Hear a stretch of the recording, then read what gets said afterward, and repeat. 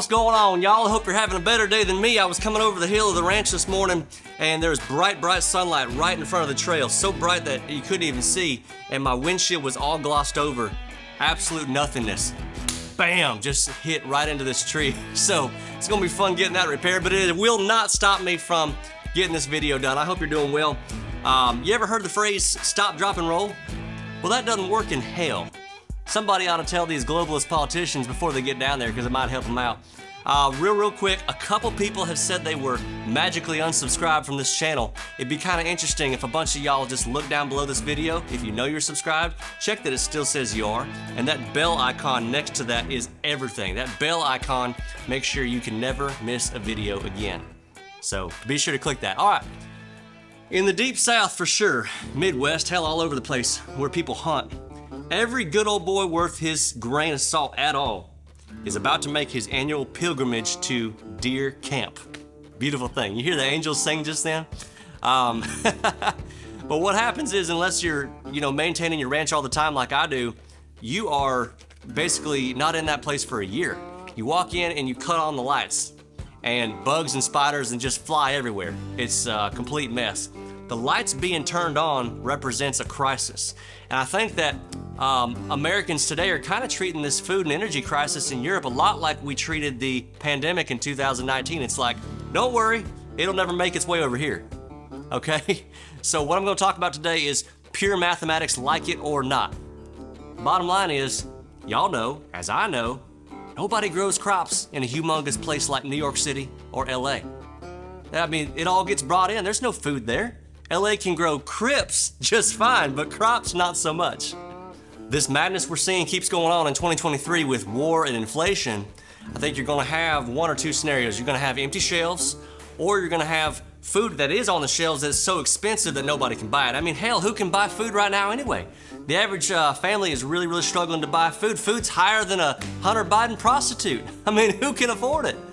Absolute ridiculous. Hence why I think you're gonna see a mass exodus from the major cities very soon. There's an old Turkish proverb, and it says the forest was shrinking because the trees kept voting for the axe. Because the axe was clever and he convinced the trees that because his handle was made of wood, he was one of them. Get this, there's 20 million people in New York City Metro right now. There's 13 million people in Los Angeles Metro right now who all need to eat 3 times a day. We need to avoid the major cities like Paul Pelosi avoids going home to Nancy, is what I'm saying, y'all. We are far past the days of, I want to live here, I want to live there, the kind of stuff like that. I want to move to this place because of the culture. I want to move to that place because of the climate. We're going to have to move wherever we're going to move for food. I think we're going to see a mass dispersion of people from probably the top 50 cities all over America, all moving to wherever they got to move to, where they can depend on a local farmer. Hell, the government might even end up giving us a food ration. Think about that. We are right now in the post-industrial age. And I don't care what they say comes after the post-industrial age. They're trying to make it sound like we have all this technology and humans and robots are going to merge. It's going to be a beautiful thing. Let me tell you, it's pre-industrial, industrial, post-industrial. What comes after that is dystopia. Bottom line. So you can't be in the crowded places anymore, y'all. In the Great Reset scenario that I'm talking about, it's basically like if a frat house invited 500 guests over to a big frat party. Except the next day, they decided they're gonna stick around. They ain't going home. They're gonna all just stay in your yard in 500 people with 8 bedrooms. You'd kill each other within 24 hours. Here's the kicker. In a situation like hyperinflation, I think those nice people out there in Kansas and places like that, they're gonna look around and say, you know what, Billy? I think we got all this wheat, I think we got all this grain, all this corn. I think we'll just keep it right here. Because I sure as hell ain't paying $12 a gallon to ship it on out to Manhattan. If you want food, you come and get it right here. And you might say, well, we got trains. Let's just ship them out on trains like we always have. Yeah, because you don't think those tracks would ever be tampered with, like the Nord Stream pipeline? We have a faceless cabal that's running things right now. So you gotta keep your head on a swivel, like you're gassing up in Memphis after midnight. You're gassing up in Memphis. Hey, if you get a flat tire in Memphis after midnight, you drive on the rim as far as you gotta go, okay? I just need to put that out there. This California to Texas stuff that you've seen ain't nothing. Wait and just watch the next 5 years.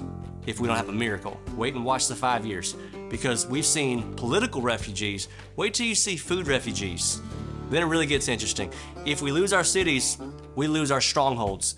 And we're no longer a nation of strength, but a nation of basically just dispersed poor citizens who are sitting ducks on China's pond. We got food processing plants catching fire mysteriously.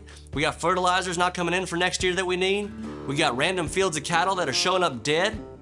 And we got brand new taxes that are imposed on small farmers all across the world, so intense that you really have to wonder, how in the world is this not deliberate sabotage? So really think to yourself, while the rest of the world is all concerned with what dress Meghan Markle wore yesterday, or the divorce rumors around Tom Brady and Giselle, okay?